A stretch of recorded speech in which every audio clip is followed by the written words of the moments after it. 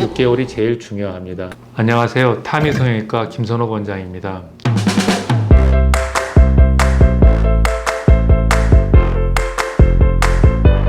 테이프는 왜 붙이는 건가요?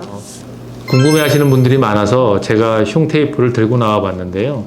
흉 테이프는 이런 식으로 생겼습니다. 보통 일반 테이프와는 다르게 자세히 보시면 이게 심이 들어가 있어서 이 테이프 옆으로 벌어지는 거에 대한 단단한 장력을 갖게 됩니다. 흉이라고 하는 건 시간이 지나면 벌어지게 돼 있거든요. 그 벌어지는 것을 이 심이 단단하게 잡아주는 역할을 하는 것이죠. 흉이 많이 벌어지거나 혹은 흉이 오돌도돌 올라오거나 하는 것들을 충분히 예방할 수 있는 가장 좋은 예방책이 아닌가 생각이 듭니다. 네, 흉터 있나요? 흉이라고 그러는 건 이제 외상에 생겨난 반은 흔적이죠. 보형물이 들어갈 절개선을 때 절개를 하게 되면 겨드랑이든 가슴 밑선이든 흉이 남게 돼 있습니다. 근데 흉이 얼마만큼 심해지냐 관리는 사실 6개월이 제일 중요합니다. 6개월이 지나면 보통 흉은 흔적으로 남아서 얇은 실선으로 남게 되고요. 그 사이에 어떻게 관리를 했냐에 따라서 이게 더 두껍게 남을 수도 있고 혹은 얇게 남을 수도 있고, 그래서 흉 관리는 수술하고 나서 6개월 이내에 집중적으로 해주시는 것이 가장 효과적입니다. 흉노이드 체질인 분들은 어떻게 해야 하나요? 사실은 그러니까 외국과 다르게 우리나라 사람들의 켈로이드 체질은 이렇게 흔한 편은 아니에요. 제가 가슴 수술을 2002년서부터 했으니까 한 20년 가까이 됐는데 가슴 수술 흉터가 켈로이드처럼 올라오신 분은 없었어요. 운이 좋았을지도 모르겠지만 그만큼 동양 사람들에게는 흔하진 않은 것이고요.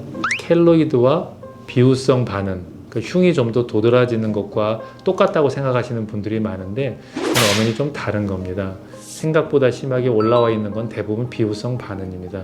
몸에서 기포 터지는 소리가 난다고 물어보시는 그 기포 터지는 소리가 뽁뽁이 소리 같은 거예요. 뽁뽁뽁뽁 만지면 그거는 그 보형물이 들어가는 공간에 공기가 같이 들어가면서 나는 소리입니다. 첫 번째는 걱정하지 않으셔도 된다는 거고, 왜 그러냐면 그 공기는 체내에서 흡수가 되게 돼 있어요.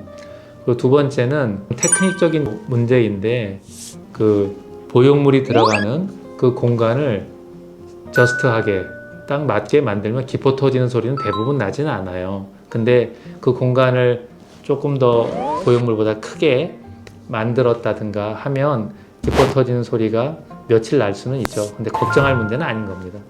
저희도 그런 경우가 있었나요, 원장님?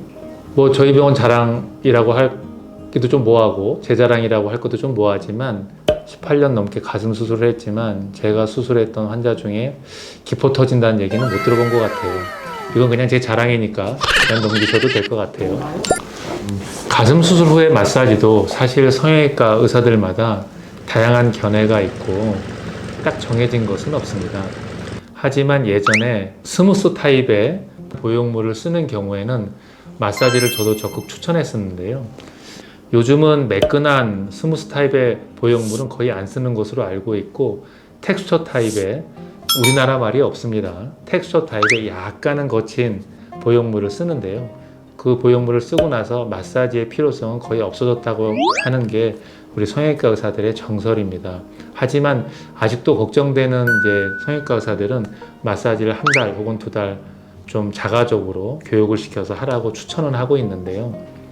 하시고 싶으면 하셔도 됩니다. 하셔도 되는데 안 하셔도 된다고 말씀을 드리는 거고요. 이뻐진다고 했는데 그것도 그렇죠. 마사지를 해서 이뻐지는 것이 아니고 아주 얇은 피막이 생길 때 가슴의 모양이 더 이뻐지고 촉감도 좋아지게 되는 것이죠.